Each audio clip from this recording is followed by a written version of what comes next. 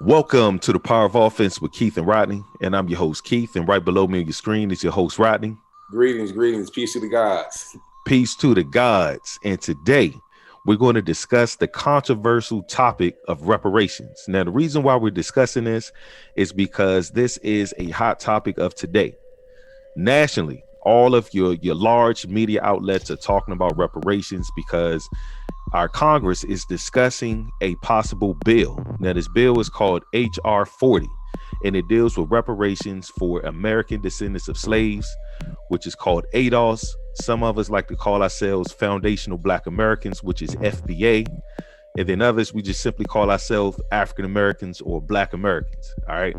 So this is a hot topic of today, and Rodney and I felt the need to chime in.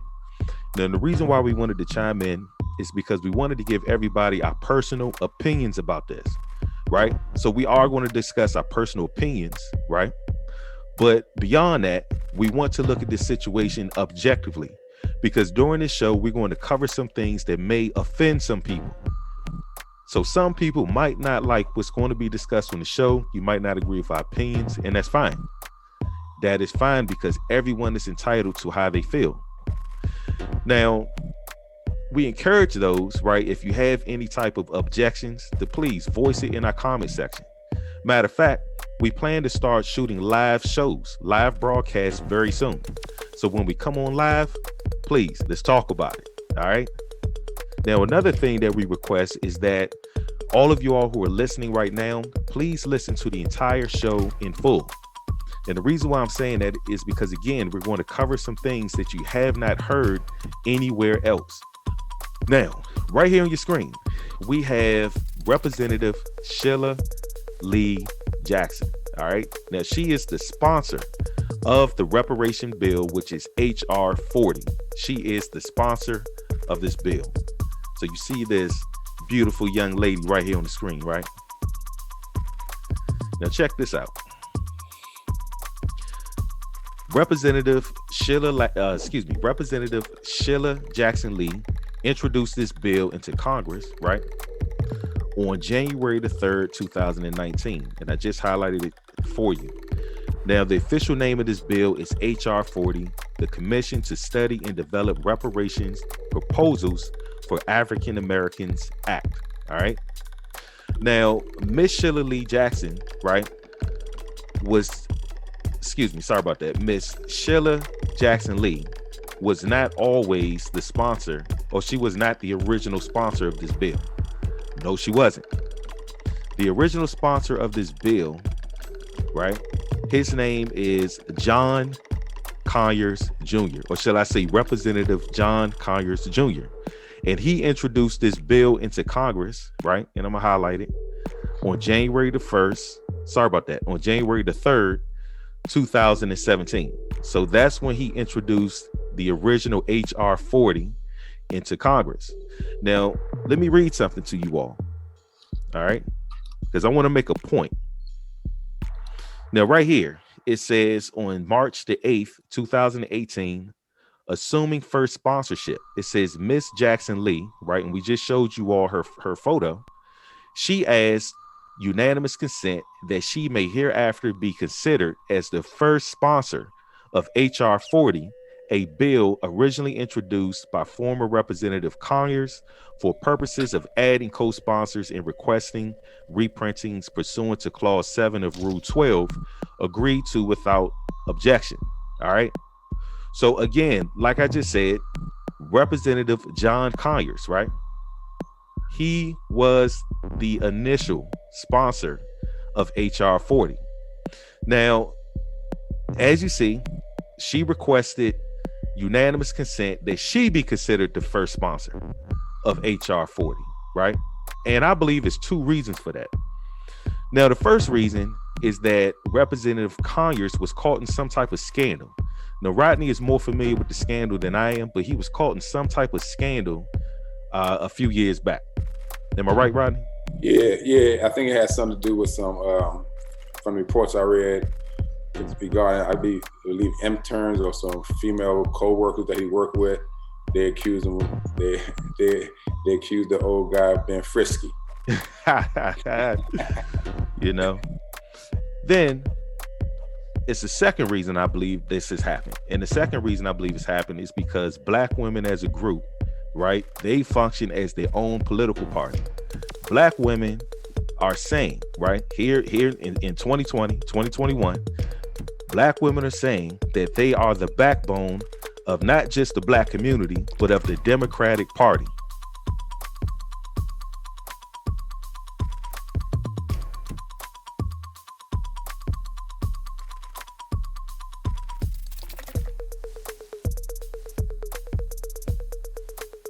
The black women who are often, too often, overlooked, but so often prove they are the backbone of our democracy.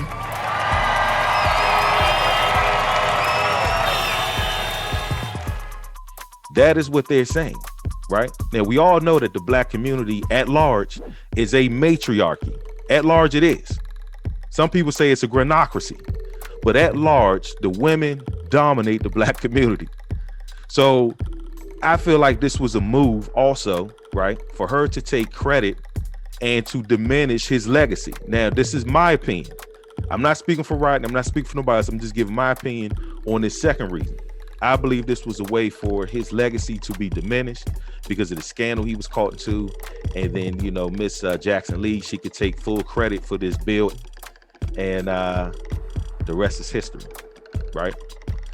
Now, this particular bill, H.R.40, right, was introduced again on January the 3rd, 2017 by Representative John Conyers.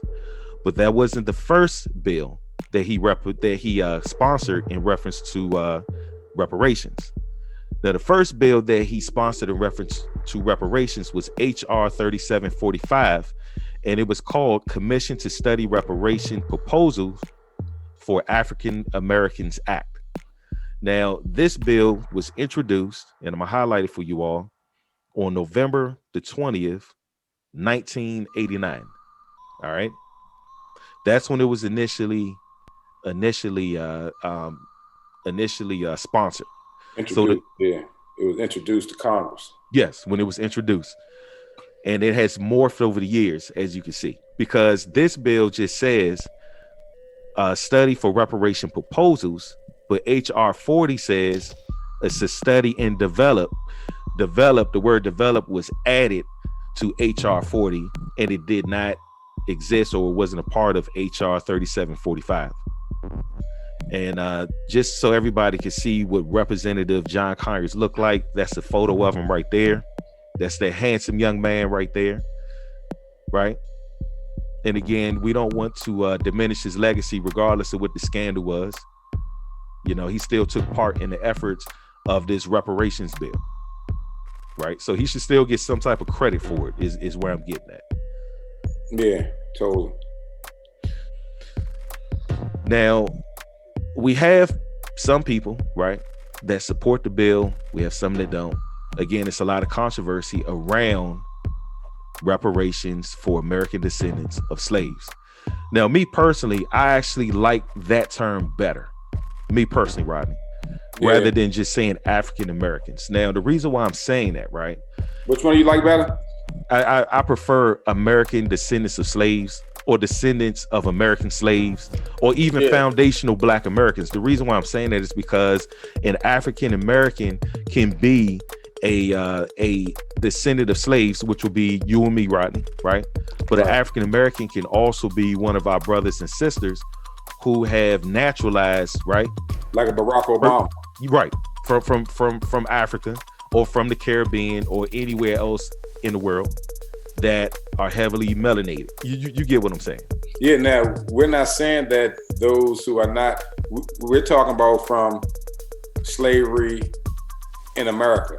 Exactly. You know, it was slaves across the planet, but we have to drop our bucket where we stand, and where we stand is right here in America. So we're not saying that the guys and the women and children and Caribbeans are not entitled to reparations. We're not saying that people on the continent itself is not entitled, because they are, even though they was left there, they was colonized slaves on their own land, just like we were here. So we're not saying that, but what we are saying, we're trying to distinguish who would be entitled to reparations as an American. So Keith is going deeper. He's saying where you have to prove that, pretty much prove, I'm saying that you have to prove that you are a direct descendant of a slave here in America, whether on your mother's side, your father's side, or whichever side you chose, or whatever branch from there.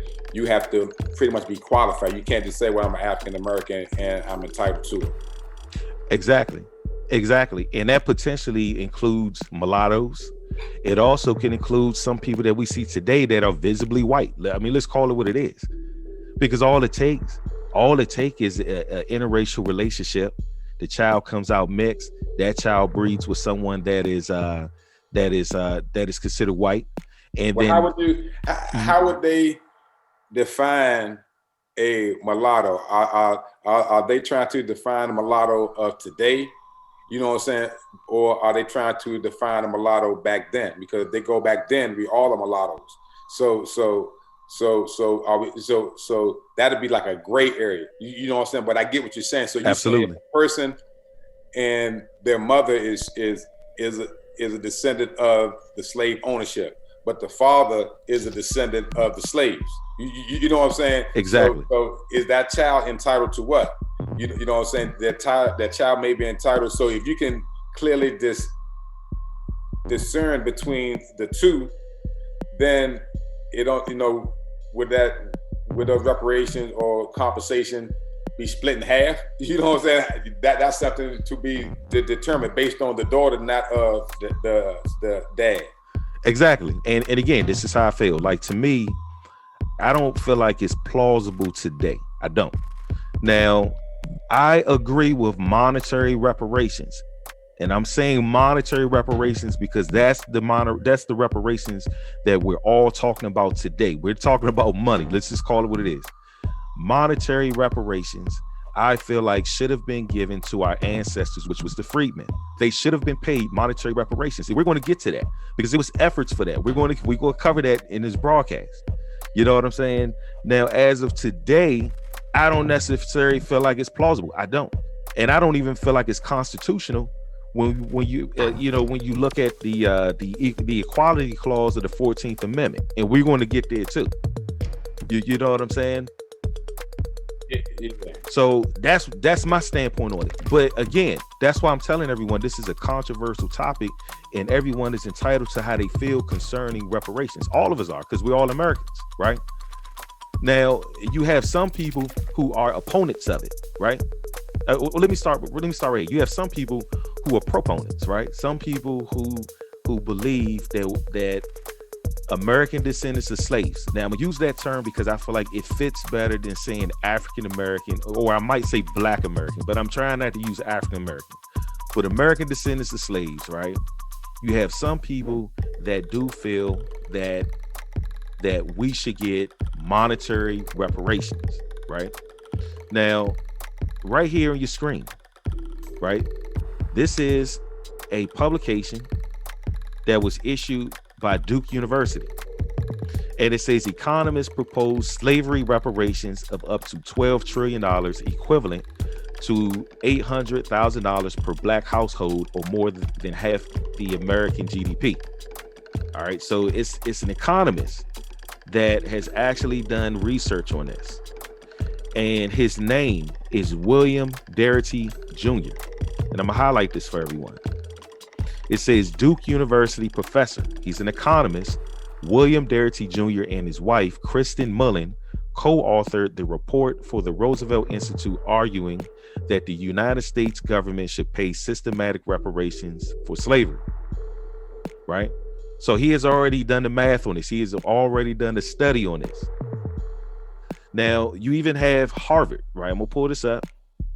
You even have the Harvard Medical School, right? And they did a study on slavery reparations, and they're saying that slavery reparations could have mitigated the spread of the coronavirus. This is what they're saying, right? So there are people who agree, right? There's organizations that agree that us, the American descendants of slaves, should receive monetary reparations, right? So we have proponents to this, but then we also have opponents, right? And I want to show this. because a lot of people have been talking about this over the past few days. I've seen other broadcasts where people were going in on Herschel Walker, man. And Herschel Walker basically stated that slavery ended over 130 years ago. And he believed that Black Americans or American descendants of slaves should not receive reparations. Now, again, this is his opinion, right? We're all entitled to our opinion. He says that reparations, I'm gonna highlight this. He says that reparations teach separation. He argued again that slavery ended over 130 years ago. That's his opinion, right? I don't see anything wrong with that. That's the fact that slavery ended over 130 years ago, but what does that have to do with reparations? Well, what's his basis? Is he saying that it's too late to get it because it's over 130 years ago and don't worry about it now? I was able to play football out of it, but you wasn't, so therefore, you know what I'm saying, everybody had the same opportunity as he did coming from Georgia. Yeah. Well, check this out, Rodney. Let's examine that. I'm gonna tell you why I'm saying this. Now, I have a video, right? I'm gonna pull this up. And this video is from another opponent, right, to reparations for Black Americans, aka American descendants of slaves. Now, this individual is Larry Elders. All right, so it's Larry Elders, and he's going to discuss at a reparations hearing, right? And this just happened this week. So this just happened on the 17th. Matter of fact, that was late last week, I believe it was. But he's going to state why he feel like we're not entitled to reparations. All right. Now, his standpoint is very similar to Herschel Walker. So I want to play this. All right. Now, fair use. Let me now move to our next witness is Mr. Elder. Mr. Elder is a conservative attorney, author, and host of the nationally syndicated radio program, The Larry Elder Show. He also writes a nationally syndicated column and produces videos for his YouTube channel in association with the Epoch Times. Mr. Elder received a JD from the University of Michigan and his BA from Brown University. Mr. Elder, you're recognized for 5 minutes. Congresswoman Lee, thank you very much for having me. I really appreciate it. I am the executive producer of a documentary that came out June 19 last year called Uncle Tom, An Oral History of the Black Conservative. And as Congresswoman Lee pointed out, Black people are a race of overcomers. And it talks about the fact that despite all the problems that have been brought up in this committee about racism, about slavery, about Jim Crow, Black people have overcome to the point now where only 20% of Black people are below the federally defined level of poverty. Still too high, but in 1940, that number was 87%. And 20 years later, that number had been reduced to 47%, a 40-point drop in 20 years. That is the greatest 20-year period of economic expansion for the history of Black Americans. And notably, they came before the Brown versus Board of Education decision. They came before the Civil Rights Bills of 1964, 1965. Despite all of this racism, all of this prejudice, Black people still overcame. I want to stop right there real quick. Now, I found that to be very interesting, what he just stated. You know, that basically, you know, Black people were doing very well prior to the civil rights legislation, prior to the integration of the public school system. And why is he saying that? Because he's saying that, in other words, as Black people have always overcame by pulling ourselves up from our bootstraps. That's what I get from what he's saying. How do you feel about that, Rodney? Yeah. I understand what he's saying, but how can I say this? Based on where he's going with it, he expects us, you know, we're automatically going to overcome because of who we are. So he's act like he's ignorant to that fact. You know what I'm saying, that he don't know who we are. So we can overcome anything under the sun because we're part of the sun.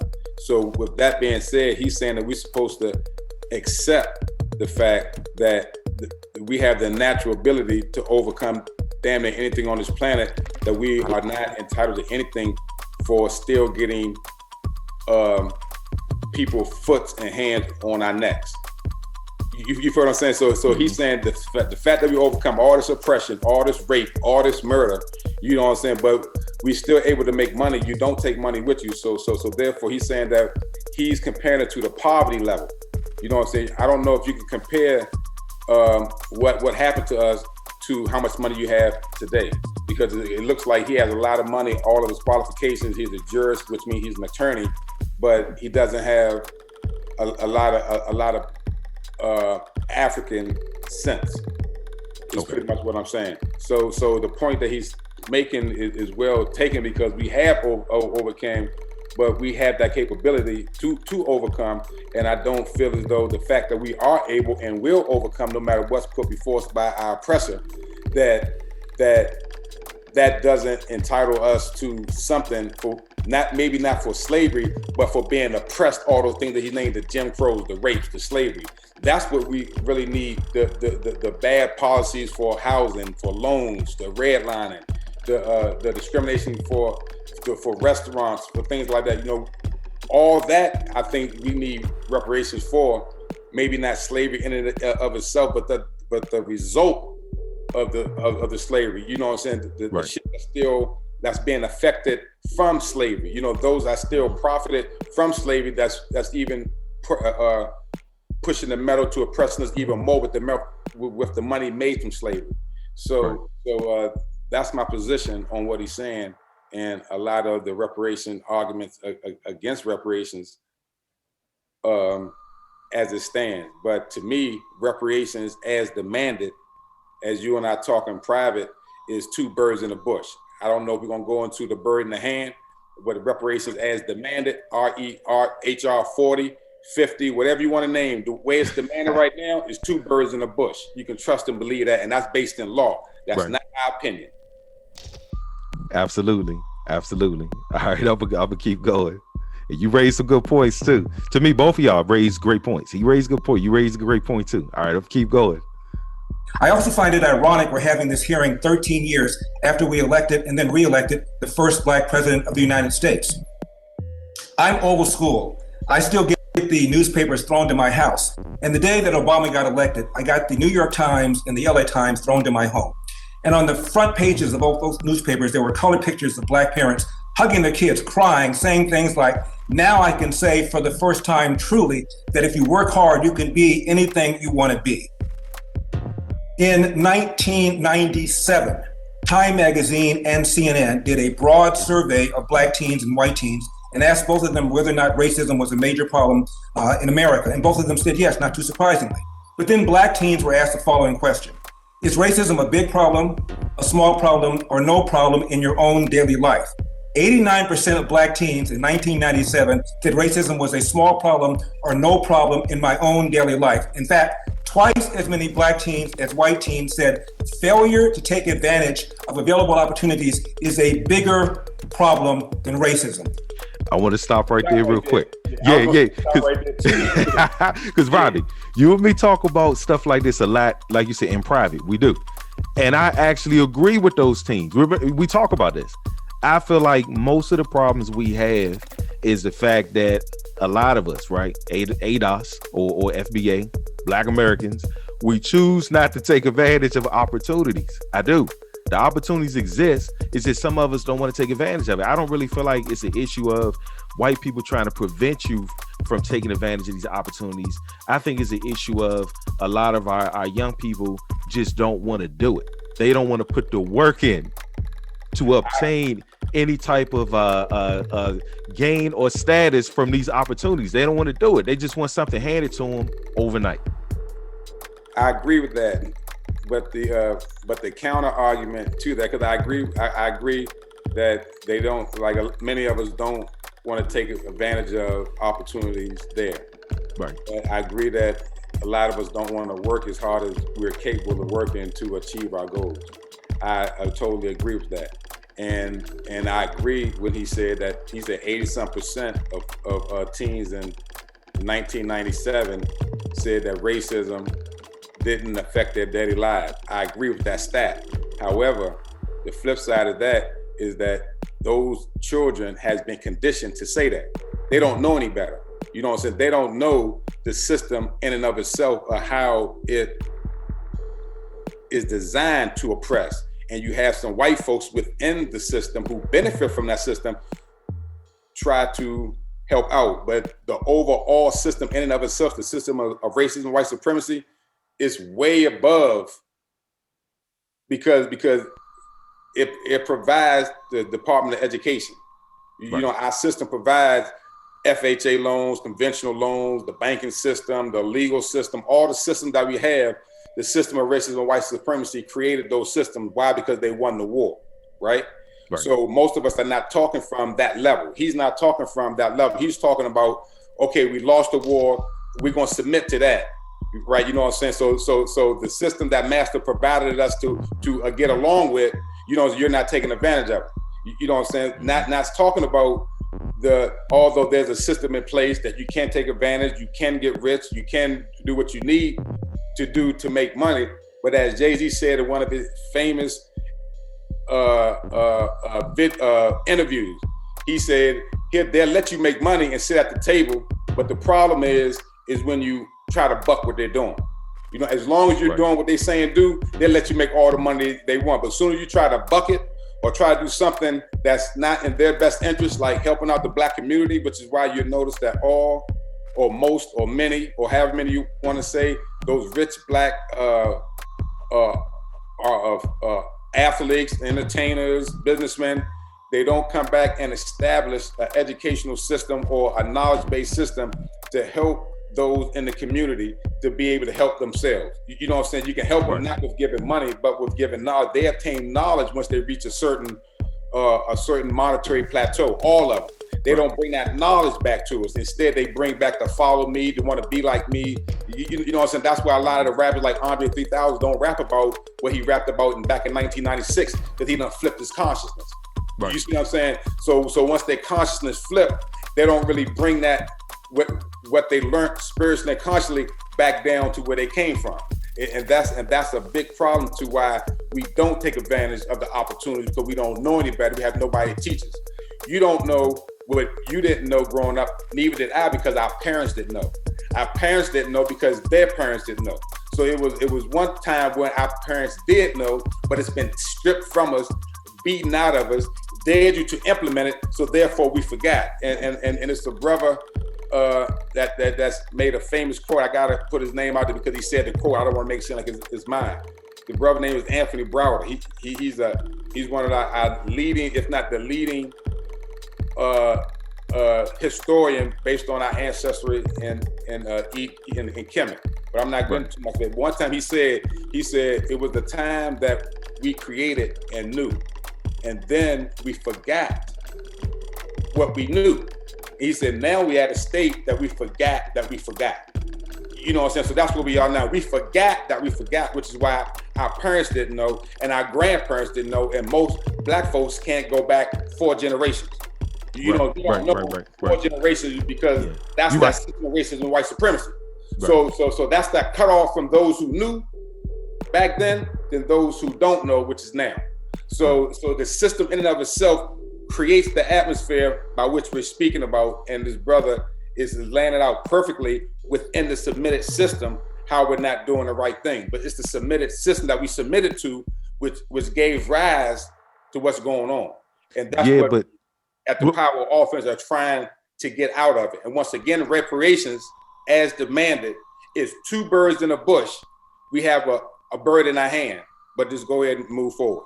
All right. Well, hey, Rodney, I wanted to raise this because, Larry Elders is discussing how to operate within the system. But I'm like, how do you overcome any negative situation that you may experience within a system? To me, you have to participate. You see what I'm saying? Like, if you want to change the police department, and you want the police department to operate from a less discriminatory position, then the thing you should do is join the police department, become a police officer. Same thing. If you want to be as far as if you feel the legal system is jacked up, how do you fix that? Will you become a part of it? Same thing. Yeah, because so we got to play the game. I totally agree. And if you don't play the game, you're gonna be left out. And you're gonna be left out in a way to where it's going to be really, really bad moving forward, especially with everything that's going on now. But another point that I was trying to make is that's how they obtained power, by infiltrating us back in time. They infiltrated us because we were open and willing people. So we can't forget that. You have to know what happened in history in order to do better present and in the future. So you're absolutely right. We need to join these police folks. We need to participate in the programs and gut it from the inside out. But the system has something very appealing that makes it difficult for many to do that, and it's called money. You know what I'm saying? Right. So you may go into it with the mindset, I'm gonna try to gut it, but you make so much money and you have so much fun and you lose your consciousness and you give your consciousness away to material items, then it makes it hard once a person gets to that level to really come back and bring that knowledge. Instead, they come back and bring a story that don't uplift, you know what I'm saying, consciously the people in and of itself in order to make more of us go to infiltrate the system. Right. I got you. You know what I'm saying? So I totally agree with what you're saying, but we need help from those who know. Right. That's real. Yeah, that's real. It's a lot of us that know the money ain't nothing, because a fool in that money will soon part. That's real. Those who have the information and the ability to participate in commerce is that knowledge need to be brought back to those who don't understand, who don't know it. Then we wouldn't have that guy that was rapping about 51 murders. He actually hung himself with that. Right. You know, that's all because he don't know any better. Right. He don't know. He didn't know any better. He thought that he can put what he did on live TV, right? Or told a story so compelling that it made the alphabet soup take notice. So I'm not saying that what he said was true. I'm saying that what he said made the alphabet soup take notice. So if he was participating in any of what he described, it's because of that system put him in that mind state, because he was not raised up from that perpendicular position. Right. And not to mention all of the weapons they had inside the video, 100-round clips and see, some of those guys are probably known felons and not supposed to have a gun anyways. But you know what I'm saying? But Chicago is like the worst. But look who hails from Chicago: Jesse Jackson, Barack Obama, Michael Jordan, Oprah Winfrey. These are all people. Those people in and of themselves can leverage what they already made into a financial system outside of the centralized system, which is why the cryptocurrency is exploding, because we're tired of this centralized commercial system that keeps people back. Right. So just those 4 or 5 people that I named could create a system that could have changed what's going on, but that system was created by their system. You know what I'm saying? So their system know that will be shut down if they do too much, if anything, in the city of Chicago. And I think we have to take a chance and do something, but create, you know what I'm saying? Something has to be created in order to utilize all of our commercial, resources, educational, and spiritual resources. Ability. Yeah, I got you. All right, I'm gonna keep going. Yeah. End of quote. And that again was 23 years ago, before Obama got elected, let alone reelected. Speaking of Obama, 2007, he ran for presidency. His rival for the Democratic side was Hillary Clinton. And on the Republican side, the two primary rivals were John McCain and Mitt Romney. Gallup asked whether or not Americans would not vote for a Black person, referring to Obama, would not vote for a woman, referring to Hillary Clinton, would not vote for a Mormon, referring to Mitt Romney, would not vote for a person as old as John McCain would be, 72 years old. And what Gallup found is 5% of Americans said they would not, under any circumstances, vote for a Black person. 11% said they would not, under any circumstances, vote for a female. 24% said they would not vote for a Mormon. 42% said they would not vote for a person who would be 72 years old when he became president, which would have been the case had John McCain been elected. In other words, Obama as a Black person had a smaller barrier than these 3 white politicians. So having this conversation right now, when racism has never been a less significant problem in America, to me is mind-boggling. Right now, Congress is 12% Black, which is roughly the percentage of Blacks in America. In 1964, Martin Luther King gave an interview to the BBC. And he said he was surprised at the changes that have taken place in America in recent years. And he believed that a black person could become president in 40 years' time, or maybe even less. That's roughly around the time when Obama became president. I want to stop right there real quick. I just want to say that's amazing that Martin Luther King predicted that. You know, that's amazing. He was on point. But let's keep going. Yeah. And Martin Luther King did not say, we will know when we've arrived at the promised land when there's a black coach of Notre Dame, which has happened, when there is a black female who's the president of an Ivy League university, which has happened, when blacks are mayors of all the major cities in America, which has happened, when blacks are police chiefs of the major cities in America, when there are superintendents of schools of America or mayors of America, sometimes all three at the same time. He did not say that. He did not say when black people become millionaires and billionaires, which has happened. He did not say when black people become CEOs of Fortune 500 companies. He said when a black person becomes president, that's when we'll know we've reached a point where people are being evaluated based on the content of their character to the extent that it is reasonable to expect. And the idea that slavery built America is belied by the fact that at one time, Virginia was the most populous and wealthiest state in the Union. But within a couple of generations, it had fallen behind states in the North because the South depended upon slavery, which impoverished the South relative to the North, which is primarily why the North won the election. No one could have had, or very few people could have had a life harder than my father. My father was 13 years old, born in 1915. He was kicked out of his house by his mother. Athens, Georgia, Jim Crow, at the beginning of the Great Depression. The man walked down the street, did whatever he could. Ultimately, he became a Pullman porter on the trains, which was the largest private employer of blacks in those days. Traveled all over the world, became a Marine, was one of the first black Marines, a Montford Port Marine. And my dad always told my brothers and me the following: hard work wins. You get out of life what you put into it. You cannot control the outcome, but you are 100% in control of the effort. And before you complain about what other people did to you, go to the nearest mirror and say to yourself, what could I have done to change the outcome? And my dad always told us this: no matter how hard you work, no matter how good you are, sooner or later, bad things will happen to you. How you respond to those bad things will tell your mother and me if we raised a man. And my father always said this about the Democrat Party: they want to give you something for nothing.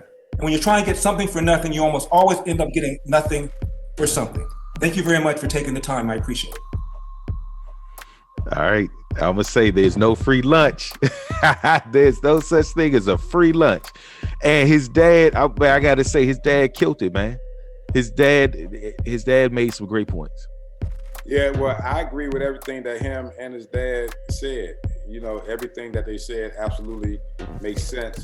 Even about Obama, the 5% and all that, but he's still missing the system. I'm gonna keep putting that system in there, because if you check homework on Obama, he may have looked black, but he didn't act black. Right. You know what I'm saying? Okay. President. And there's no way you can give me, well, the Republicans stopped him. We're not even gonna waste time in video even talking about where the Republicans stopped him. Look at his Obama, look at his affiliations, look at his Wall Street policy, look at everything that he's done. So what they're saying is, whenever they chose Obama over the other three white people, they saying you didn't have the white cracker there. You know what I'm saying? That's what they're saying. They said instead of having the right white one, we would take someone who can really trick the people into I forgot my line of questions. what I was saying. Well, hey, Rodney, I want to ask if you can clarify, what do you mean that Barack Obama didn't really act black? And the reason why I'm saying that, because there's a lot of controversy around that, because you have people that would sit there and say, well, Larry Elders don't act black, which to me he does. but I'm like, what is acting black? That's why we got to define this, because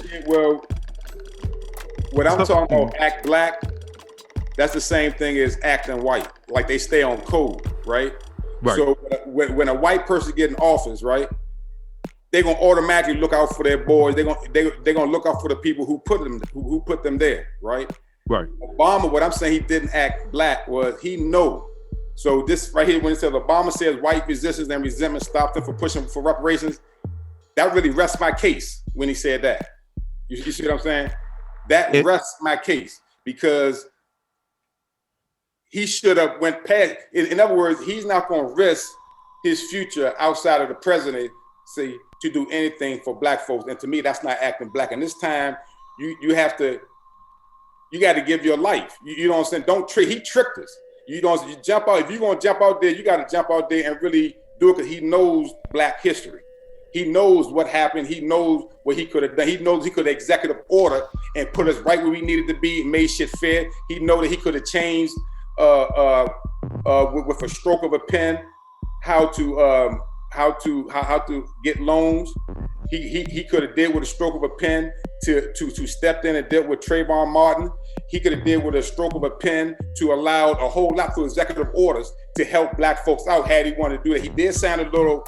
He did sound a little in 2010 dealing with indigenous. You know what I'm saying? Right. But we want to deal with people directly, Americans of black slavery. You know what I'm saying? In other words, black Americans, descendants of slavery. For black Americans, descendants of slavery. So that's what I mean when I'm saying he didn't act black. Okay, I got you. He's not. The reason why he didn't do that, because he's not a descendant, but his wife is. Right, because I'm like this. We got to clarify it, because some people would sit there and say, that's what I'm saying. They would say that Larry Elders don't act black, and I'm like, well, what do you mean we say that? Like they call him an Uncle Tom, they call him a coon. The same shit they would call me. I don't care, man. Just like I know he don't care. I see why they call him that. You know what I'm saying? But at the same time, I don't think he's wrong. Yeah, I don't think he's wrong either. You know what I'm saying? I don't think he's wrong. I just think he's confused. I got you. Whenever because he's talking about a submitted black person within the system of racism and white supremacy. He's not talking about a black man in the racism and white supremacy system that's trying to resist, that's trying to overcome, that's trying to take it inside out to try to make it fair. See, he's willing to deal, and his father overcame within the system, even though it's not fair. So right. As opposed to people who want to make it fair by any means necessary, like myself. I got by any means necessary, I want to make it fair, even if it costs me my physical experience on the planet we call Earth. I want to make it fair. It's many people who don't want to take that position because they're afraid of transition. They don't know what's on the other side. So they think you either go to heaven or go to hell, something ludicrous that they read in one of these foolish books, in my opinion. Well, honestly, if you don't understand that, you're going to think on that level that he's thinking on long term, talking about elders. You know, but let's say this though, right? And I agree. The only reason slavery was even possible, you know, as far as what happened to our ancestors, is because enough of us didn't resist. If we would have resisted to the end, whether it meant death, don't matter what, it would have became unprofitable to enslave us. They would have moved on to another group of people. But when you have enough people that's willing to submit, then that's the only way you can enslave people. That's the only way to survive. Like some people got mad at Kanye West when he made the statement when he said slavery is a choice. And I'm like, no, what he's saying is true. It's a condition. It's a mental condition. You got to accept the condition of being a slave in order to be one. Now, some people, let me say this, Rodney. Some people would say, well, how would they know if they was born a slave? And I'm like, well, Harriet Tubman was born a slave. You know? Oh, God, we watched the movie not that long ago. What was his name? And it's a true story. The brother was Emperor. His name was like Emperor or something. He was born, matter of fact, if I'm not mistaken, he was born a slave. It still don't mean that you don't have it in you not to be a slave. You got to accept the condition. Even though you was born a slave, who liked being a slave? So to me, that's not even an excuse. I agree. Seeing waking up in the middle of the night with some white man coming to get your daughter, coming to get your wife, and then bringing her back smelling like him. That doesn't even make sense to even say that. So if what Kanye said, it was a choice, but it was a bad choice. It was a rough choice, and many of us didn't choose to say, well, give me liberty or give me death. They didn't give me liberty, give me death. Hell, for some reason, they forgot that knowledge of what they call death actually is. Right. You know, because you really don't die. But I'm not getting into all that. But walking around being a slave is being dead, in my opinion. Yeah, that's being dead. Right here and here. That's why they say civil litter mortuus. Yeah, exactly. That's why they say heaven here on earth. What is heaven and what is hell? Isn't the earth suspended in mid-air? You know what I'm saying? So which one is which? So I'm not getting, you know, so we're not going to digress too much. We're going to stay on topic. But yeah, but right. Huh? No, I didn't mean to cut you off. I just wanted to pull this up because you're right. We actually we don't want to digress too much. But when you brought up Obama, I had to pull this article up. I actually read this yesterday, and I meant to add this to what we're doing today.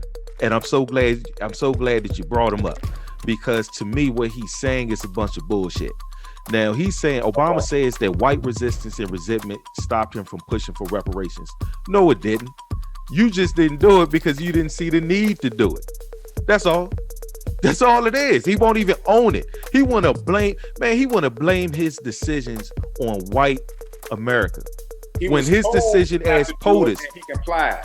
Man, you know what I'm saying? He was told, because he could have stroked of a pen, just like he could have. Stroke of a pen. Yes. Like he didn't have to really push for reparations. You know what I'm saying? As demanded, he could have pushed for fair housing, for fair commerce, for police accountability. You know what I'm saying? He could have pushed for things that could have automatically been better for the black community in and of itself. You know, as opposed to saying, well, y'all need to check. He could have did a whole lot just for the black community through executive order, or when he had the House and the Senate for 2 years. He could have flooded them with the black America. You know, those 2 years, instead of pushing for healthcare, he could have pushed for other things, and then healthcare would have automatically been a part of it. So it's gonna be hard pressed to tell me, or somebody who studied and researched and think like me, that his first 2 years in office, he could not have done something specifically for folks that were descendants of slaves that live here in America. You know why he didn't do it? First 2 years. You want me to tell you why he didn't do it?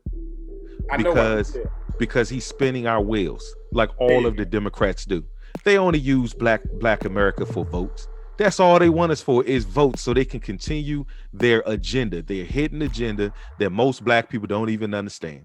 That's all it is. They have no intentions on doing reparations. I just haven't gotten there yet. But that's one of my theories too. I don't believe none of this shit going to happen. And pretty much what they did, which makes it most dangerous, the system of racism and white supremacy mastered meritorious manumissions. They mastered it, which in part means that if you do something, if a black person was planning a slave or revolt, if you come tell a master and we stop it, you get rewarded. Or if you invent something and I make money off of it, you get rewarded, or we make money off of it. You know, so then we will pull you over, tell you what to preach, like they was doing Nat Turner, and tell the black person to come and distort our mindset because we will receive it from somebody who look like us better. You feel what I'm saying? So that's what's dangerous to us, because we have a lot of people that look like us that has taken the bait, and now what they're doing, they're berating us with things that are totally against our best interests, like democracy, like all this other stuff that they're actually implementing against us, but they're actually making us believe that it's for us. By and through, they benefited from that system. So if you want to follow them or tweet them or like them, then you're right in that, that Pied Piper mentality, to where you're going to follow what they call it identity lifestyle or identity politics, where you identify with somebody who looks like you, so therefore you think that person is okay.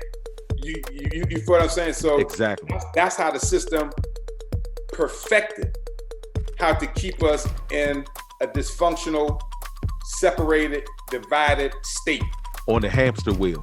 On a hamster wheel. On the hamster wheel. Looking like us, that's for the other side of the fence, that's doing a hell of a job at doing what they need to do to us. I mean, because look at this, right? Look at this. And he's making excuses today. Barack Obama is full of it, man. He's making excuses today concerning what he could have done. Yeah. And like you say, he could have used executive powers to do things if he so choose. He didn't.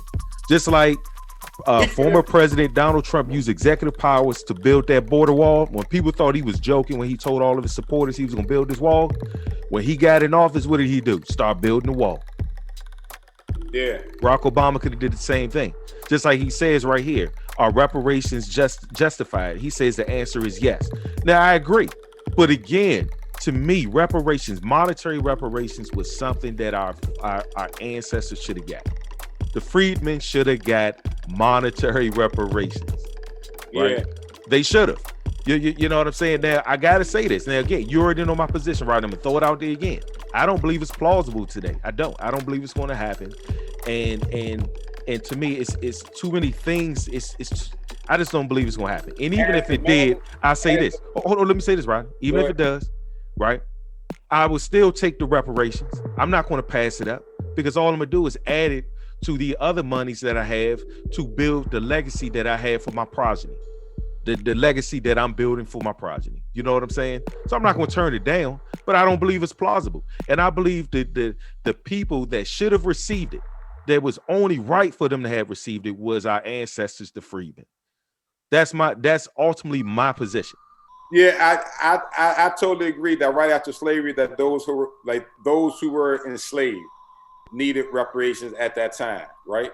I totally agree with that. So, and what you're saying, and I agree with what you're saying that the fact that, and what this other guy's saying, that the fact that it's been so long, kind of like, you know what I'm saying, that it'd be too confusing and too difficult to identify who were slaves and who exactly. were not. So that's where I'm getting at too. Yep. So go to what Mitch McConnell was saying, that, and I didn't agree. He said something to the effect like, what did he say? He said that we wasn't there, or something to the fact that they ain't had nothing to do with that. You know what I'm saying? So I think the people who were slaves immediately after the slaves were emancipated should have been compensated, right? Right. And that was the right thing to do. I'm talking about today.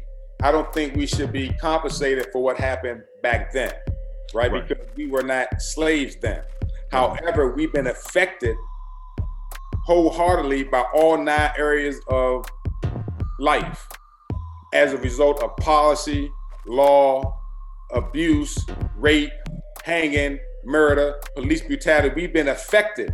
The welfare state, the laws, the Jim Crow, the fake civil rights trickery in 1964, when the real Civil Rights Act was in 1866. The 1964 Act was a straight shambles and put us in a bad position of thinking that we need to be with them. So all that was compiled against us, all the murders of the Fred Hamptons, that conspired against the Malcolm X,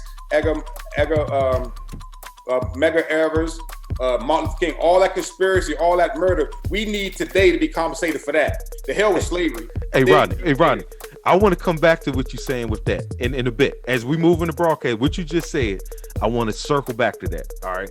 Okay, back. Because we unpacking this. We lighted this up. I like what you're saying right there. All right. Now check this out. Now this right here is a clip from Glenn Beck, and he has Bill O'Reilly on here giving his take on monetary reparations. All right. So let's check this out, y'all. Fair use. Looks like 180 Democrats have supported forming the $12 million 13-member Slavery Reparations Commission. Bill O'Reilly here is to comment on it. Bill. Well, it's not going to happen. I mean, whenever a politician doesn't want to do anything, they go, we're going to do a commission, or we're going to have a study, and we're going to, So I would have stopped right there, because I actually agree with Bill O'Reilly right there. Again, this bill have been on the table for 30-something, like 30 years. 30 years. If they really want to do something, if Congress or the president really want to do something, they just do it. It's no excuses. There's no excuses like what Barack Obama is making today about monetary reparations. It's no excuses. This could have been happened. It could have been passed. I think they trying to keep us on the hamster wheel. I do. If they wanted it to happen, it would have been happened. Just like they passed everything else. Yep. They could have passed that, and they could have done it over 100-some years ago. You know what I'm saying? If they had any intent on doing it when the Congress was in the favor of the 13th Amendment, when Congress was in favor of the 1866 Civil Rights Act, whenever the judges and people was in favor, was making decisions to help enforce those laws. So at some point, if they didn't do it then, everything else has been mud. You know what I'm saying? But Agreed. we're here today talking about something that should have happened then. But go ahead. Agreed. And hey, Rod, we're gonna circle to that too. You're bringing up a lot of good stuff. All right, let's keep going. Let's keep going.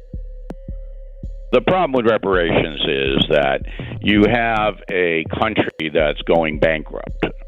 Okay, so we have $30 trillion debt here. 30 trillion. Now, Joe Biden and Donald Trump, neither of whom cared about that at all. So they're looking short term, and we're going to spend as much money as possible to put ourselves in a position to, be reelected or be elected, as the case may be.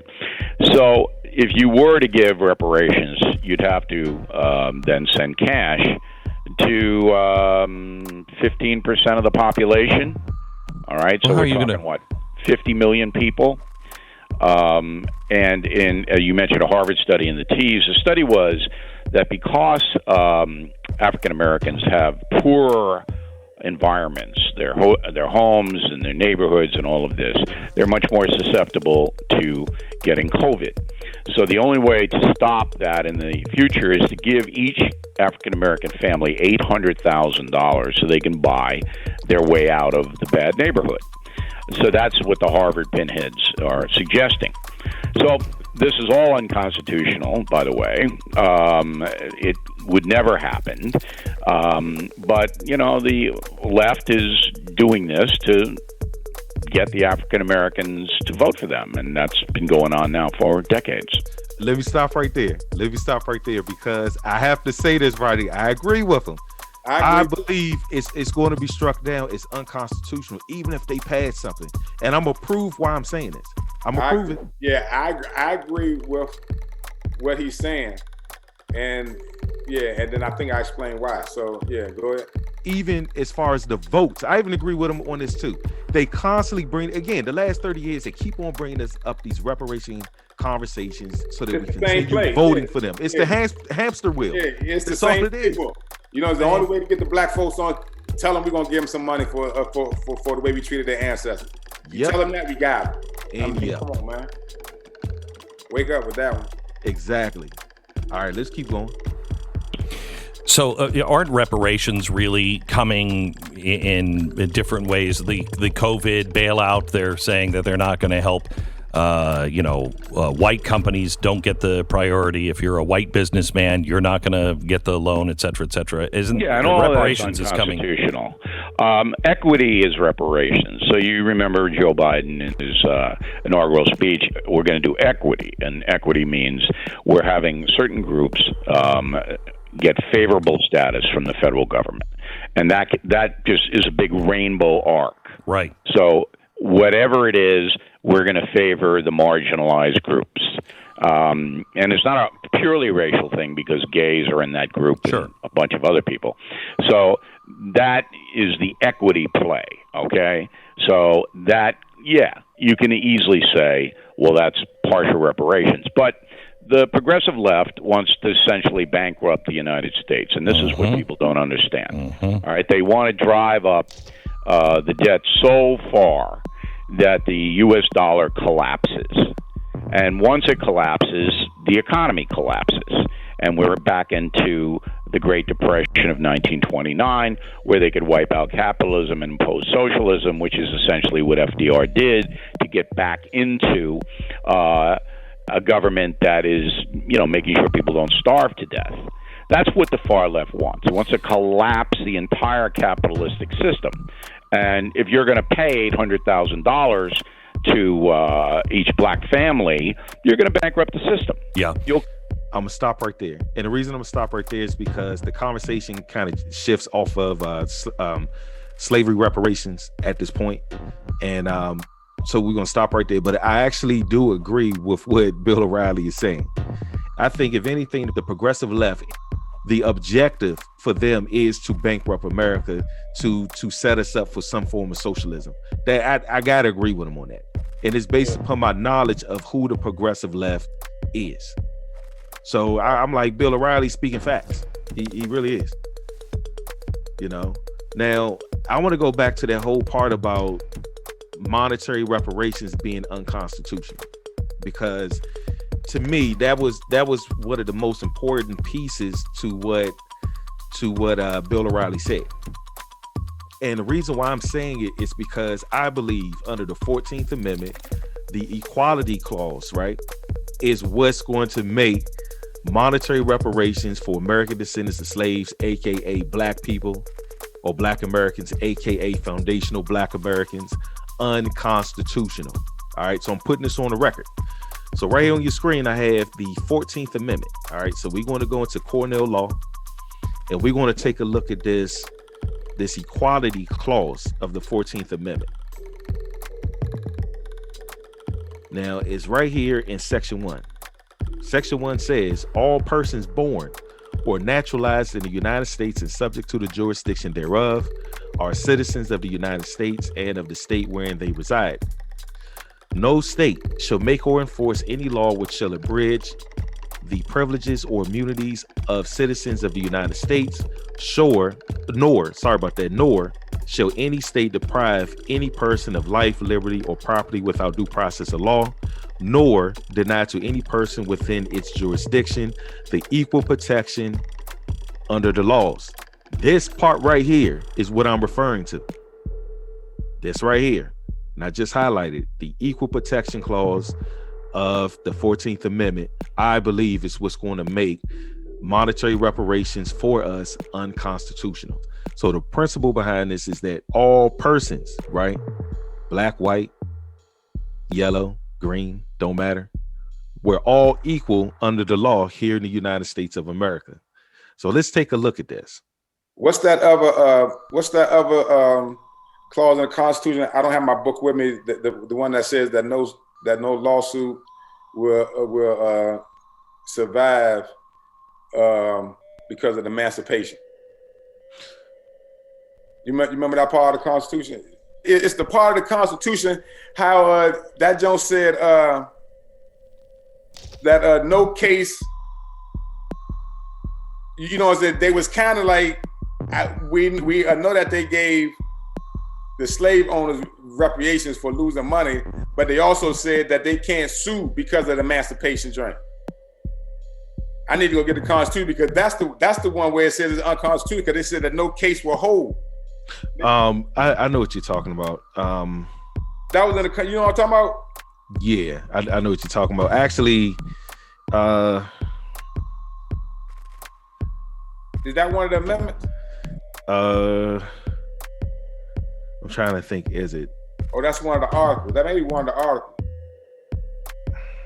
But I was just I saying. think it's one of the articles. Confirmation that it's not constitutional. Yeah. I'll find it. Matter of fact, you know what? I think it's in the 14th Amendment. Was it? Now think about it. Yeah. And no claim for a loss of emancipation. Yeah, that joint right there. Yeah. Now, when I've done research on it, that statement right there seems to apply to the Confederacy, like the Confederate states, as well as like the families. They're talking about the slave owners. Yeah, the slave owners. They so can't claim any loss, so they can't get reparations neither. So the slave owners can't get reparations. But I don't think. But I don't think that applies to the actual slaves. Yeah, exactly. Exactly, because at first that's what people were saying. I'm saying no, they're talking about the slave owners. They're not talking about the slaves. But this is even more confirmation that they're not dealing with reparations on either side of the fence. They put in the Constitution that crackers, y'all not getting emancipation for the joint and either. So they're talking about it twice inside this 14th Amendment. Yeah, it's good. You know, I'm glad you pointed that out. I didn't even think about that. That's a good point, Rodney. Yeah, because the previous slave owners can't receive reparations because of Section 4 of the 14th Amendment. But then I believe that Section 1 bars basically us descendants from getting it. You see what I'm saying? And I believe from us it would be the equal protection clause. And which states like this right here is an overview, everyone, of the equal protection clause. It says equal protection refers to the idea that a governmental body may not deny people equal protection of its governing laws. The governing body state must treat an individual in the same manner as others in similar conditions and similar circumstances. Permissible discrimination. Before proceeding, It is important to remember that a government is allowed to discriminate against individuals as long as the discrimination satisfies the equal protection analysis outlined below and described in full detail in this Santa Clara Law Review article. Now, we're not going to review the Law Review article, but we're going to review this analysis below. Now, it goes on and it says U.S. Constitution. It says the Fifth Amendment's due process clause requires the United States government to practice equal protection. The 14th Amendment's equal protection clause requires states to practice equal protection. Equal protection forces a state to govern impartially, not draw distinctions between individuals solely on differences that are irrelevant to a legitimate governmental objective. Thus, the Equal Protection Clause is crucial to the protection of civil rights. Now, it says equal protection analysis, right? It says when an individual believes that either the federal government or a state government has violated the individual's guaranteed equal rights, the individual is able to bring a lawsuit against the governmental body for relief. Based on the type of discrimination alleged, the individual will first need to prove that the governing body actually discriminated against the individual. The individual will need to prove that the governing body's actions resulting in a actual harm to the individual.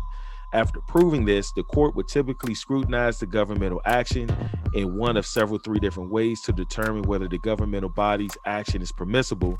These three methods are referred to as strict scrutiny, intermediate scrutiny, and rational basis scrutiny. The court will determine which scrutiny the individual will be subject to, relying on legal precedent to determine which level of scrutiny to use. It is important to note that courts have combined elements of two of the three tests to create an ad hoc test. Now, this is what I believe, Rodney. I believe under the equal protection analysis, discrimination based upon race falls under strict scrutiny. That's what it falls upon. I believe, right, that it won't pass the strict scrutiny test. Because of the 14th Amendment, Section 1, all it takes is for Congress to pass a reparations bill, right? A monetary reparations bill to pay us Black Americans. And I believe that you can have other groups of people that seek injury against that bill, saying the bill is unconstitutional, and raise strict scrutiny under the 14th Amendment, Section 1. That's what I'm alleging. So what you saying, if Congress passed a law, a reparations law stating that Black Americans who were descendants of slaves is entitled to a monetary redress, right? Right. And you saying under the 14th Amendment that other groups can say that bill discriminate against them? Yes. So if the bill that Congress passed say that descendants of slaves, and they have to prove that they're descendants of slaves, any group that challenged that we have to prove that they are descendant of slaves in order for them to be injured. You can't be injured if you're not a descendant of slaves, because it's going to specifically say that for a descendant of slaves, and it ought to have how that is determined, whether you have to prove you're a descendant of slave or not. No. What I'm saying, Rodney, is that I believe that the other people, other groups of people, right, whether they be white, Hispanic, Asian, any of them, right, they can actually say that this law is discriminating against them because the Constitution guarantees equal protection under the law. Now, again, the equal protection analysis states that discrimination can exist, right? It can, but it's a three-pronged test. You know, they have the strict scrutiny, the intermediate scrutiny, and I forgot what the other one is. Oh, I think it's rational basis scrutiny. And basically what happens is this: whenever these scrutinies are raised, then the highest one, of course, would be strict scrutiny, right? It has to be a compelling governmental interest for the government to discriminate against other groups. What I'm saying is that I don't believe slavery is a compelling governmental interest where they can do this. Now, the other things that you raise, like what happened to us under the welfare state, as far as how the welfare state and those policies broke up the Black family, we may have a stronger case for some level of monetary reparations for the government to pay us, because that policy is is how can I put it? That policy is much newer, or that policy has matter of fact, it's still happening. Hold on again. You see what I'm saying? Slavery is already passed, is where I'm getting at. Basically, what I'm saying is that slavery has happened so long ago. I don't believe that it's no compelling governmental interest to address it. So what I'm saying is that something like the welfare state may be, because that's still going on, it may be more of a compelling governmental interest to address things that are more current for monetary reparations. And matter of fact, let me read this definition so we can go into this more. Now it says strict scrutiny is a form of judicial review the courts use to determine the constitutionality of certain laws. Strict scrutiny is often used by courts when a plaintiff sues the government for discrimination.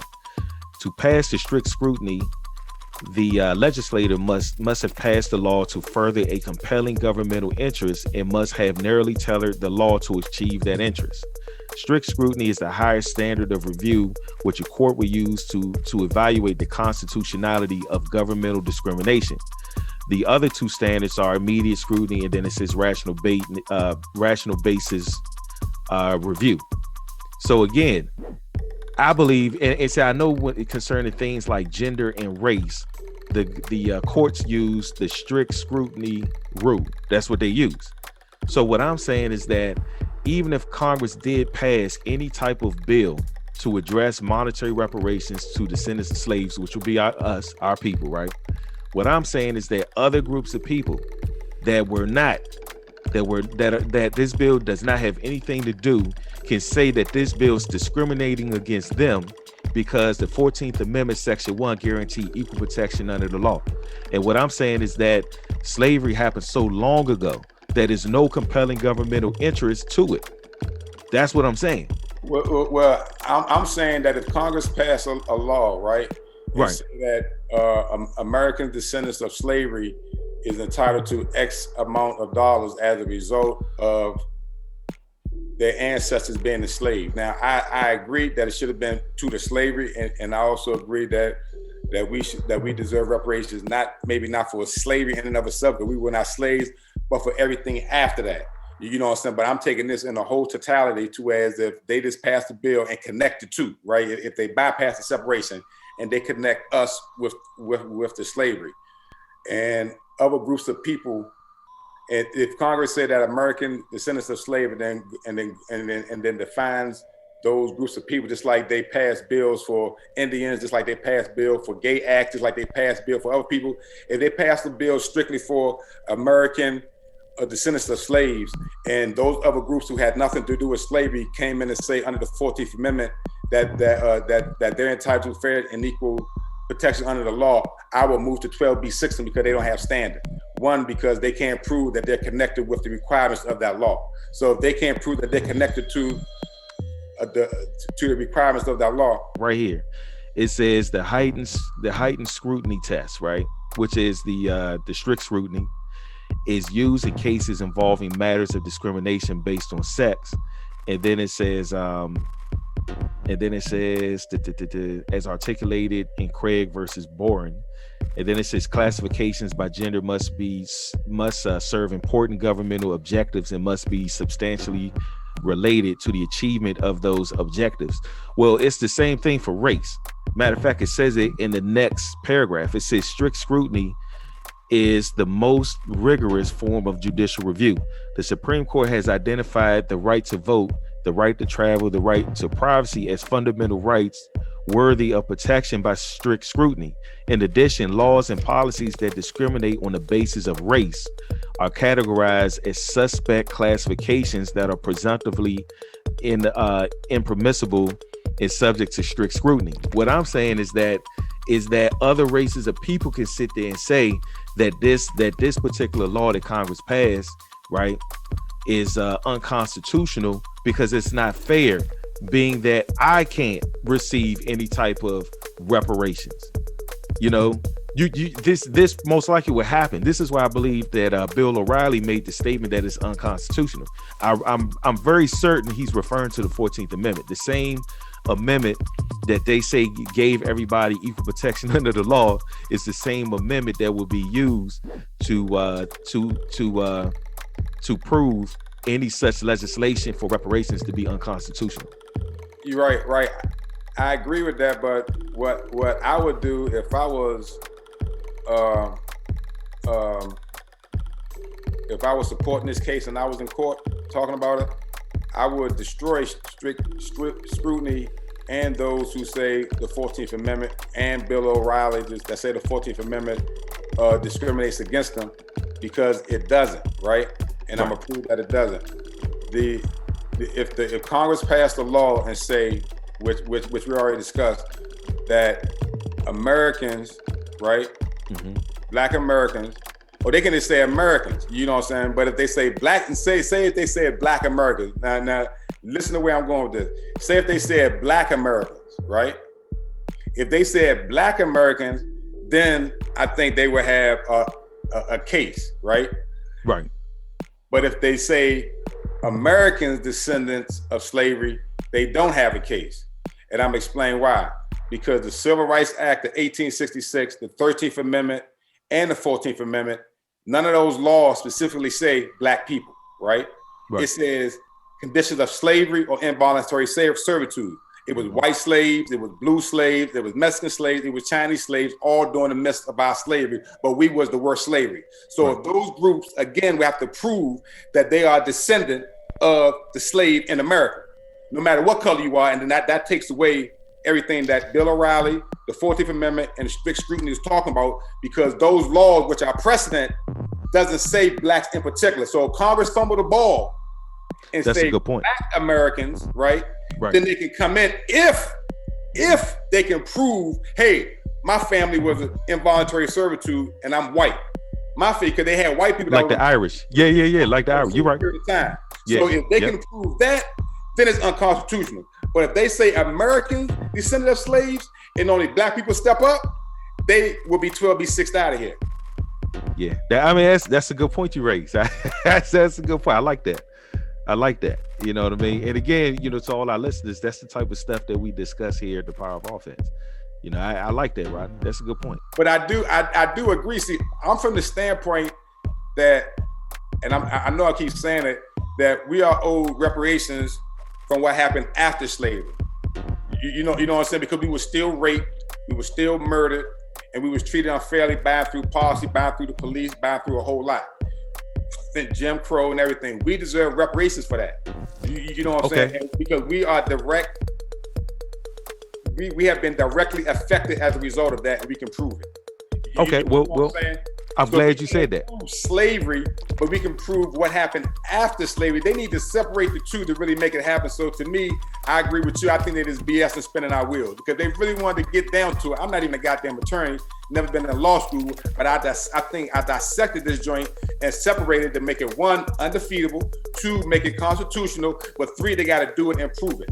And are they willing to do that? The answer to that is no.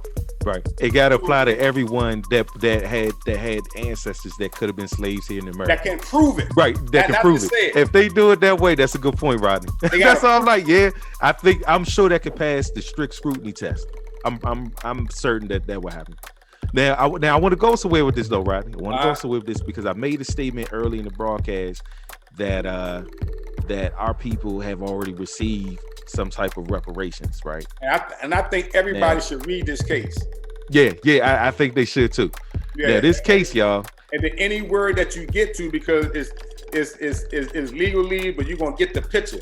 But to really overstand it, you may have to look up a few terms and words and stuff like that to really understand what it's saying if you're a newbie dealing with law. Because it's a different language, although it appears to be English, it's not. But it's just enough English to get the gist of what they're saying, but it's just enough legalese to confuse you. Absolutely. And I want to lay this out to everyone again, and I'm gonna say this again, that our people, right? Black Americans, American descendants of slaves, foundational Black Americans, whatever we choose to call ourselves, we have already received reparations. And I know it's shocking to hear what I'm saying, but I'm gonna prove it based upon this case. All right. Because it's different type of reparations. Now, everyone today is talking about monetary reparations. That I know what they're talking about. It's about money, but we have received reparations in a certain form, and this case explains it. Yeah. For the most part, they're talking about money, but how H.R.40 outlines it, they're saying more than money. Like they got a whole list of stuff. He lists a lot about black scholars and a lot of black those who are proponents of it, those who wrote it and is a part of it in Congress. They're talking about more than money, which to me is insane. But yeah, but go. I just want to put that out there that they're not just solely talking about money, but money is a huge part of it because of our financial disparities. Exactly. Now, this case is the Henry American. Sorry about that. It's Henry African American Slave Descendants Litigation, and this case was issued in 2004 in the United States District Court for the Northern District of Illinois Eastern Division. All right, now we're not going to read this entire case. I'm going to skip down to the part that everybody want to hear. And like Rodney said, we encourage you to read this case. We do. But I want to deal with strictly one section because this section covers a lot of ground.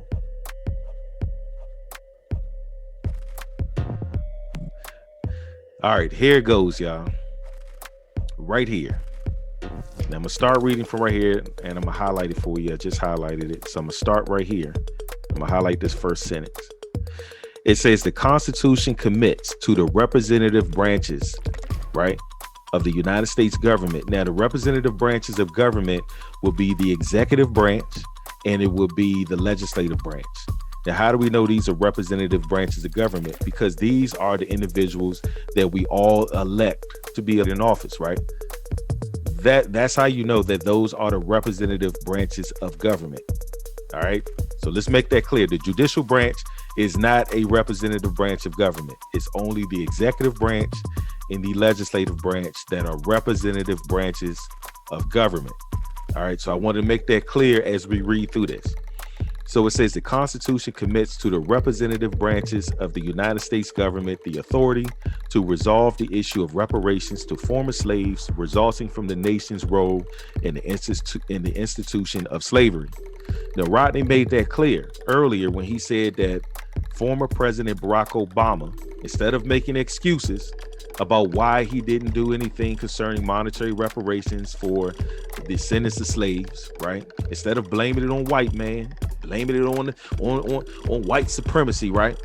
He could have easily done something with a stroke of a pen with what they call an executive order. Am I right, Rodney? Yeah, exactly. But let's keep going. It says, as stated above, historians have long debated whether the issue of slavery was the actual cause of the Civil War. However, regardless of what actually caused the Civil War, it is clear that the abolition of slavery as an institution was a fundamental concern of the representative branches, both during and after the war. Now it goes on and it says, under the Constitution, the war powers are reserved to the representative branches of the government. And it says, see the Constitution, Article 1, Section 8 of the Constitution for the United States of America. Now, it says these powers, right? These powers not only included the power to declare and prosecute war, but also extended to the power to ensure a just and lasting peace following the conclusion of a war, holding that Congress, right, may reserve the power to seize property following a formal declaration of peace.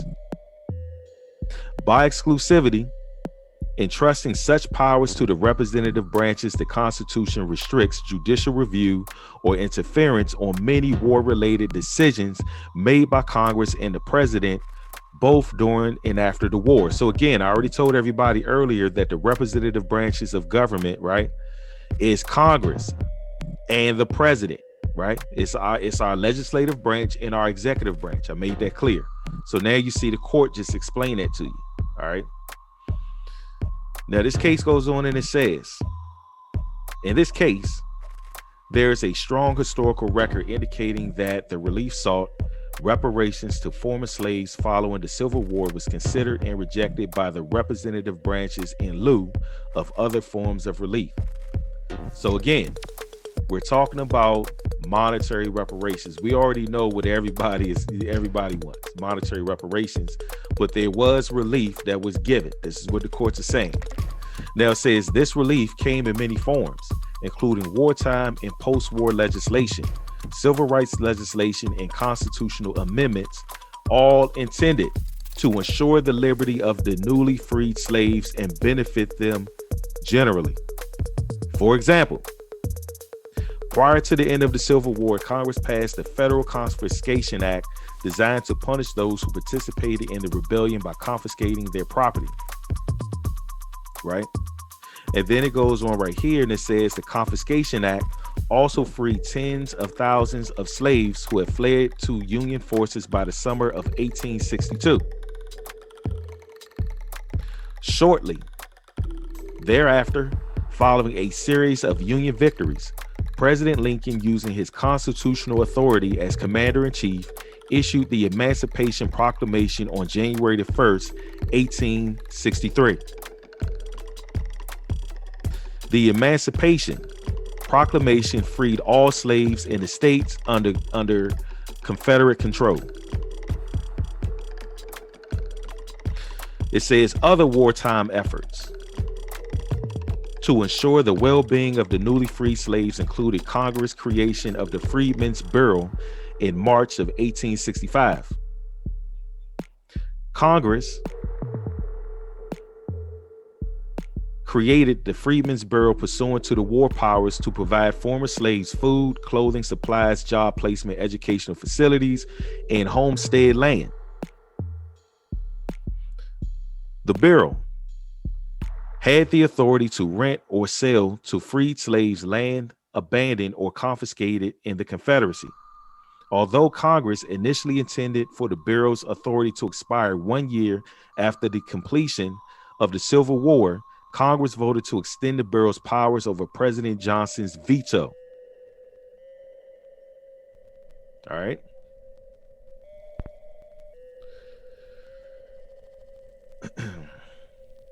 Now right here, it says Congress also passed numerous civil rights acts between the period of 1866 to 1875. Specifically, the Civil Rights Act of 1866, 1870, 1871, and 1875 were enacted to secure civil rights to the newly freed slaves.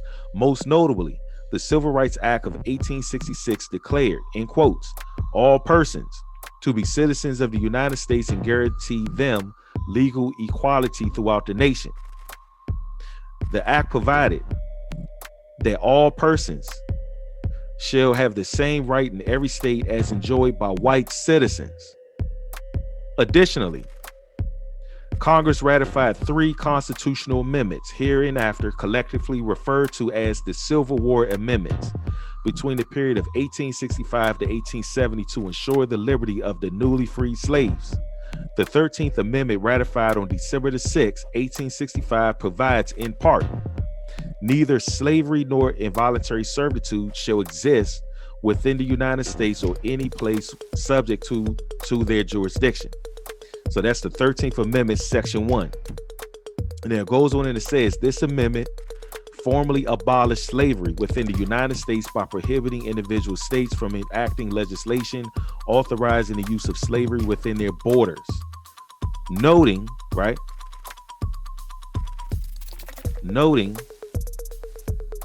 that the 13th Amendment effectively abolished slavery and gave Congress the power to pass all laws necessary and proper for abolishing all badges and incidents of slavery in the United States. Now, we all know that slavery has been abolished in the United States according to the 13th Amendment unless one is incarcerated. All right, we know this because that's also in the 13th Amendment, but the court isn't addressing that particular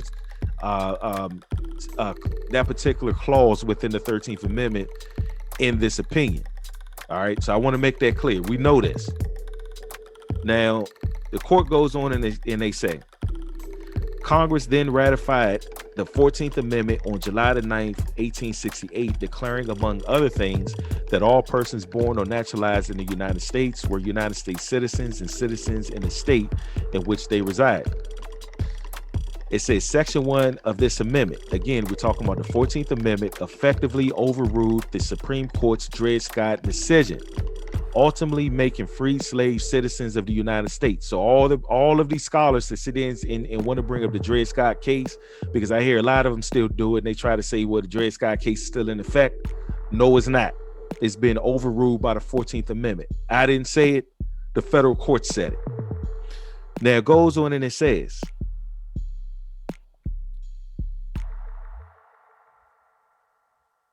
finally, on February the 3rd, 1870, Congress ratified the 15th Amendment with the intention of granting African Americans the right of suffrage. The 15th Amendment provides, in part, the right of the citizens of the United States to vote shall not be denied or abridged by the United States or by any state on the account of race, color, or previous condition of servitude. It says, concerned with the possibility that the individual states may attempt to circumvent the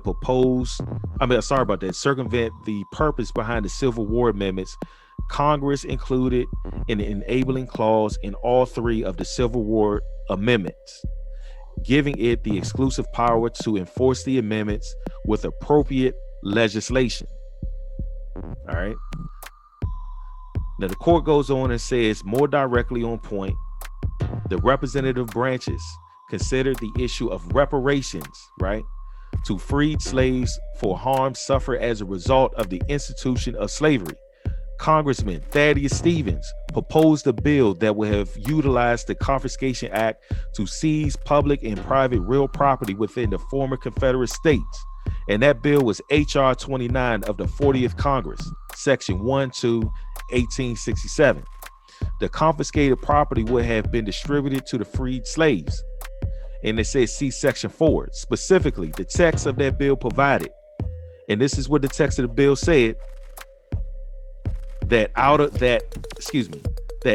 the lands thus seized and confiscated, the slaves who have been liberated by the operations of the war and the amendment to the Constitution or otherwise who reside in said Confederate states on the 4th day of March after death 1861 or since, shall have distributed to them as follows, namely, to each male person who is the head of a family, 40 acres, to each adult male, whether the head of a family or not, 40 acres, to each widow who is the head of a family, 40 acres, to be held by them in fee simple, but to be inalienable for the next 10 years after they come seize thereof.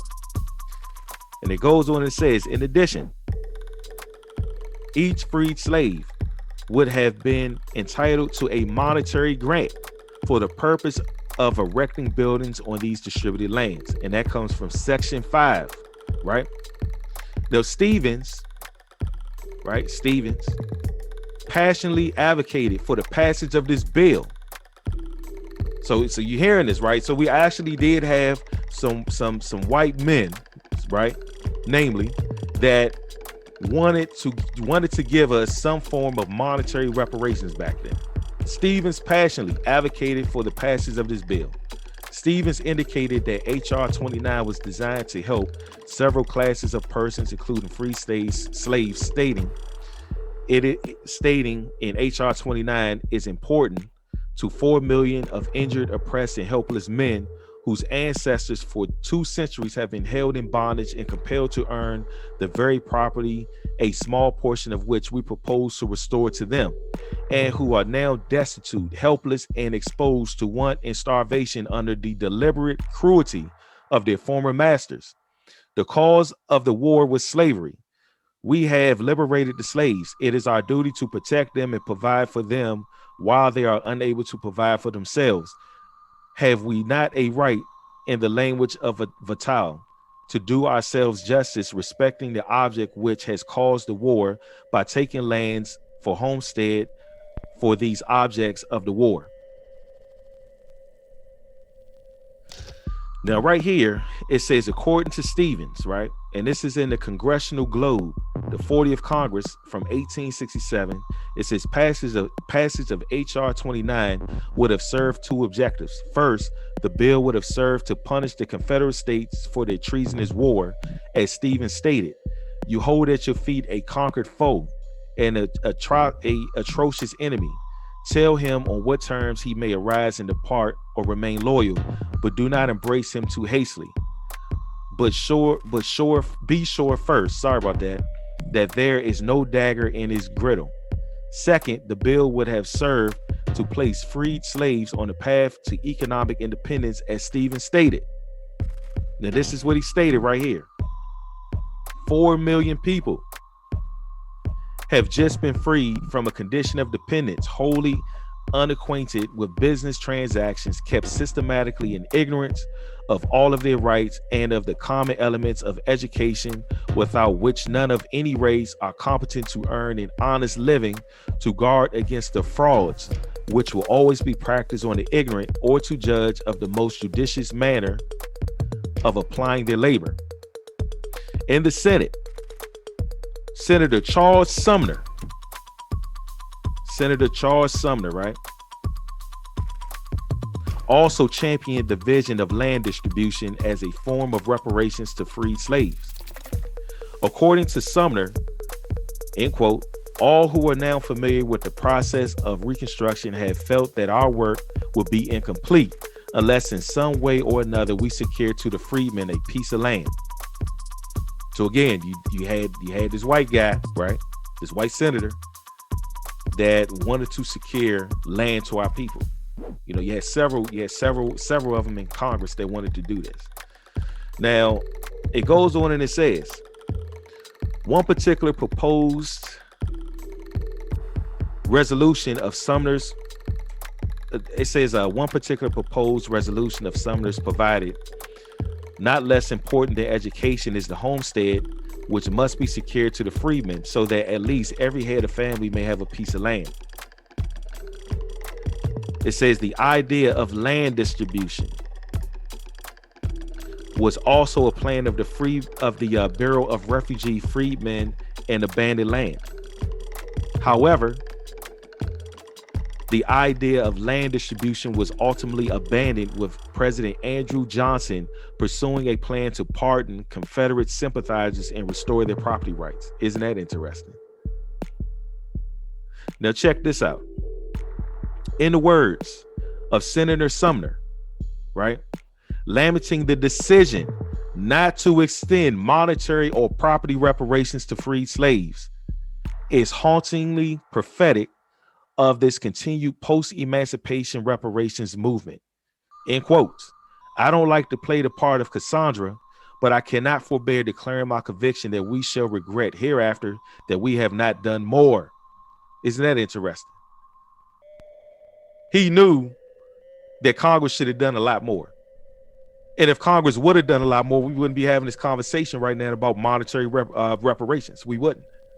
If the freedmen receive land and or money. Now, Sumner also went on and said this, right? It's his statement of Sumner. It says, yet that does not change. Matter of fact, this is the court saying this, right? And before I read this sentence right here, because this sentence is what we all been waiting for, right? Before I read this sentence, I want to show something, right? When I was researching who Charles Sumner is, right? Check this out. Bury Farms. Street names reflect post-Civil War history. Now, Bury Farms, right over there in Anacostia in Southeast Washington, D.C., it used to be, because it don't exist no more. They have neutralized the whole neighborhood. They have tore down the entire Bury Farms. But Bury Farms used to be a notorious neighborhood. This is where a lot of the crime and murders took place at. Am I right, Rodney? Oh, yeah, absolutely. But I'm right. This is where a lot of the crime took place at. Absolutely. Check this out. Charles Sumner.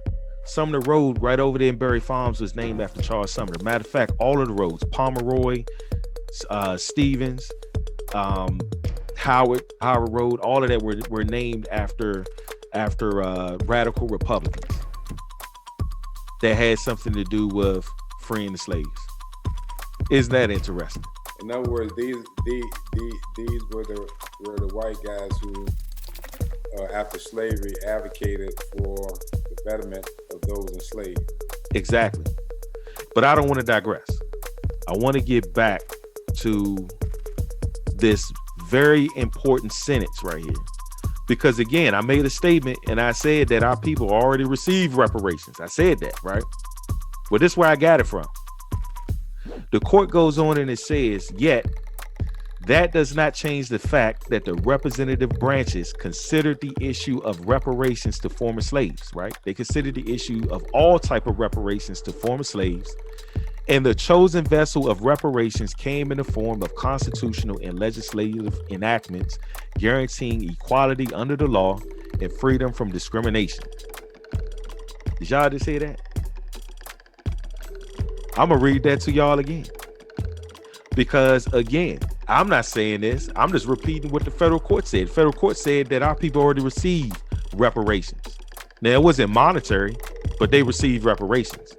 And the chosen vessel of reparations, right? Chosen vessel of reparations came in the form of constitutional and legislative enactments guaranteeing equality under the law and freedom from discrimination. So again, I'm making a statement that our people already received reparations. It just wasn't monetary. And the likelihood of receiving monetary reparations is slim. It's not really plausible. But we'll see how this play out. What do you think, Rodney? Well, that was kind of cool that you brought that up because it kind of engulfed what I was saying in general, that we need reparations after slavery, because the fact that the chosen vessel was constitutional and legislative enactments guaranteeing equality under the law and freedoms from discrimination.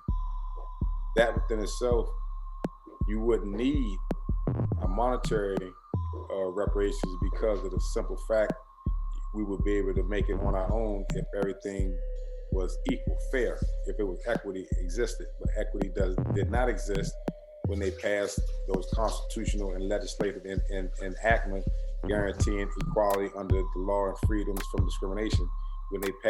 Whenever they passed those laws, that's why we had our Black Wall Street. That's why we had a lot of the rich communities in the South that we built our own, did our own, had our own, until someone came up with the bright idea with consolidating the two communities.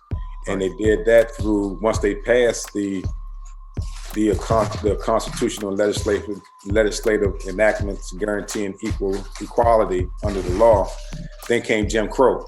You know what I'm saying? So that right there is where the monetary reparations lies.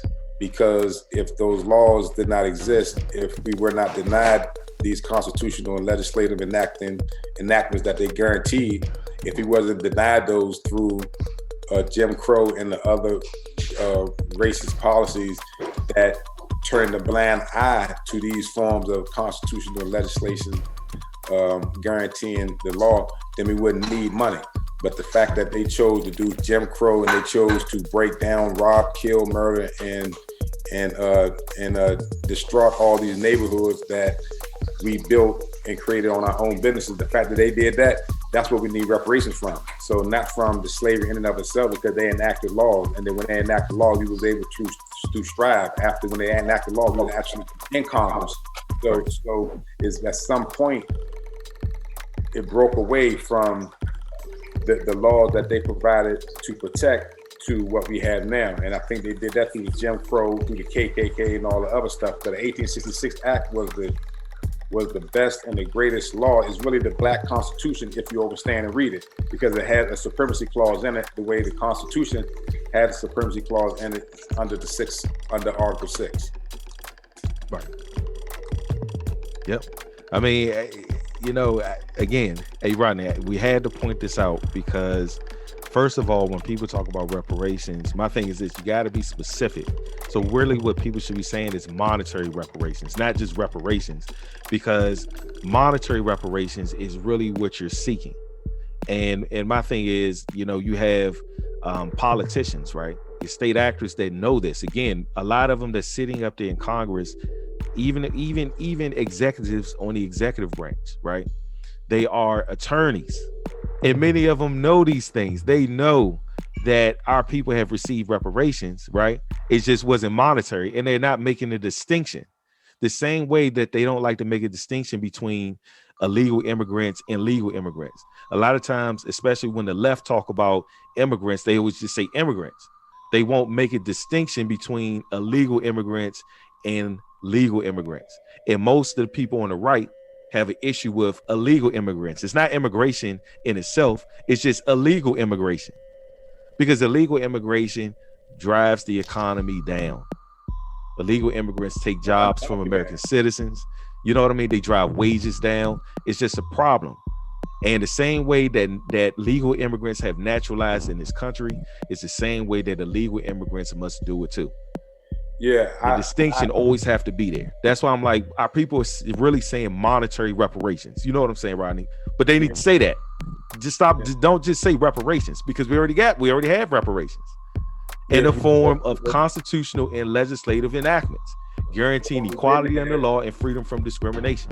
But what we didn't have is the enforcement of these laws. Like it's hard pressed to even use these laws that exist on the books that are still good law in the courts of today. That's how corrupted the court system and all three branches of government have become, because the 1866 Act is really all we need. You know what I'm saying? If you may attach a couple other laws with it, but we don't need all those other laws that they use to convolute our reality. Right. Yeah, I mean, personally, I think this was a hot show, right? I think we laid it out there. I mean, again, this is a controversial topic. It is.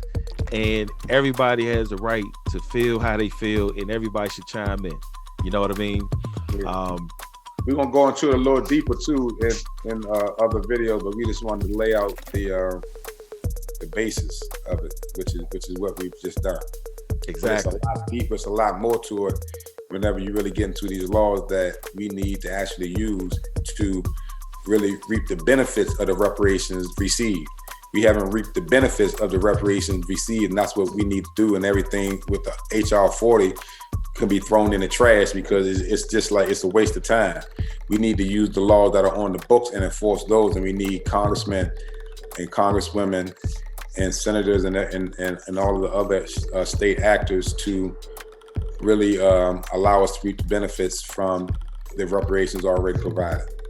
Exactly. So in all likelihood, I don't believe H.R.40 is going to pass, and I don't believe it's even plausible. And we'll see. We'll see how it play out. You know. Yeah, we'll see. So, but yeah, we like to thank everybody for listening in, for staying in here with us the whole time, because again, this is the only way that you can get a full scope of what we're saying. We had to unpack everything for you. We appreciate the growth in our channel, all the support. We appreciate it, and we'll catch y'all on the next one. Please share, like, and subscribe. Peace. Peace. Thank you.